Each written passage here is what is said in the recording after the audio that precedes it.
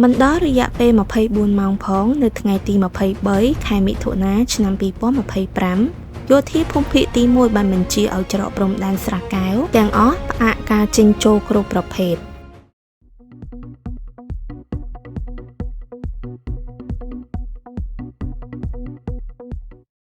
គួរបញ្ជាក់ផងដែរថាច្រកទ្វារព្រំដែនអន្តរជាតិប៉ោយប៉ែតគឺជាច្រកព្រំដែនខ្មែរថៃដែលធំជាងគេដោយមានការនាំចេញនាំចូលទំនិញនិងមានភ្ញៀវទេសចរជាតិអន្តរជាតិនិងប្រជាជនទាំងកម្ពុជានិងថៃចេញចូលជារៀងរាល់ថ្ងៃមិនក្រោម10000នាក់ហើយនៅថ្ងៃនេះផងដែរយោធាភូមិភាគទី1របស់ថៃបានបញ្ជាឲ្យច្រកព្រំដែនស្រះកែវដោយយើងហៅកាត់ថាច្រកព្រំដែនអន្តរជាតិក្រុងប៉ោយប៉ែតទាំងអស់ការចេញចូលយានយន្តរួមទាំងអ្នកថ្មើរជើងភ្ញៀវទេសចរទាំងជនជាតិថៃនិងជនជាតិបរទេសថែមទាំងការជួញដូរគ្រប់ប្រភេទនៅក្នុងនោះគឺមានតែអ្នកជំងឺនិងសិស្សតែប៉ុណ្ណោះដែលត្រូវបានអនុញ្ញាតឲ្យចេញចូលដោយធម្មតាយោងតាមបទបញ្ជារបស់កងទ័ពជើងគោកពិសេសលេខ 3/2558 ស្ដីពីការគ្រប់គ្រងការបើកនិងបិទច្រកព្រំដែនគ្រប់ប្រភេទតាមព្រំដែនកម្ពុជាថៃនិងបទបញ្ជាកងទ័ពទី1ពិសេសលេខ 3/2557 ស្ដីពីការគ្រប់គ្រង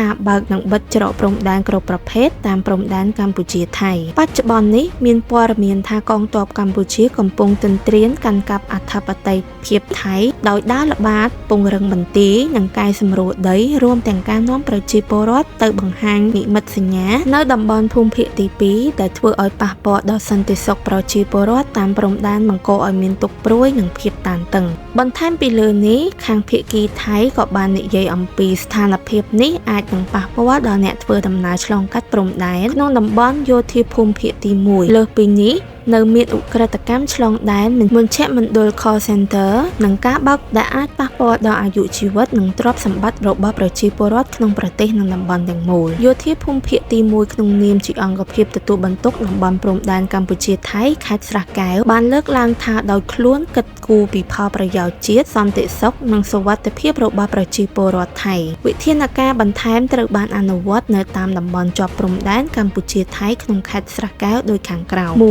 យានជំនិះគ្រប់ប្រភេទត្រូវបានហាមឃាត់មិនឲ្យចូលឬចេញ 2. ការធ្វើពាណិជ្ជកម្មគ្រប់ប្រភេទនិងការធ្វើដំណើរសាធារណៈនិងទេសចរត្រូវបានហាមឃាត់ 3. យោងតាមផ្នែកទី1និងទី2ការសម្របសម្រួលរបស់អ្នកជំងឺនិងសិស្សានុសិស្សអាចចេញចូលបានតាមធម្មតាសម្រាប់ការរៀនសូត្រនិងចាំបាច់ដូចជាការព្យាបាលការបញ្ជូនអ្នកជំងឺសម្រាប់ការព្យាបាលបន្ទាន់ក៏ដូចជាការថែទាំអ្នកជំងឺដ៏ធ្ងន់ធ្ងរក្នុងជីវិតប្រចាំថ្ងៃរបស់សាធារណជនជាមួយនឹងសិស្សានុសិស្សនៅក្នុងការចេញចូលដើម្បីសិក្សារៀនសូត្រផងដែរនេះគឺជាអត្ថបទទាំងស្រុងដែលបានបង្ហោះផ្សព្វផ្សាយនៅក្នុងបណ្ដាញសង្គមពីយោធាភូមិភាគទី1ស្ដីពីការបិទច្រកព្រំដែនកម្ពុជាថៃច្រកព្រំដែនអន្តរជាតិក្រុងប៉ោយប៉ែតនិងច្រកព្រំដែនអន្តរជាតិស្ទឹងបត់ចុះនៅថ្ងៃទី23ខែមិថុនាឆ្នាំ2025សូមអរគុណចំពោះការតាមដានទស្សនាវីដេអូបើសិនជាអ្នកទាំងអស់គ្នាចូលចិត្តសូមកុំភ្លេចជួយ like និង subscribe channel របស់ពួកយើងដើម្បីទទួលបានព័ត៌មាននិងចំណេះដឹងថ្មីៗបន្ថែម Subscribe for more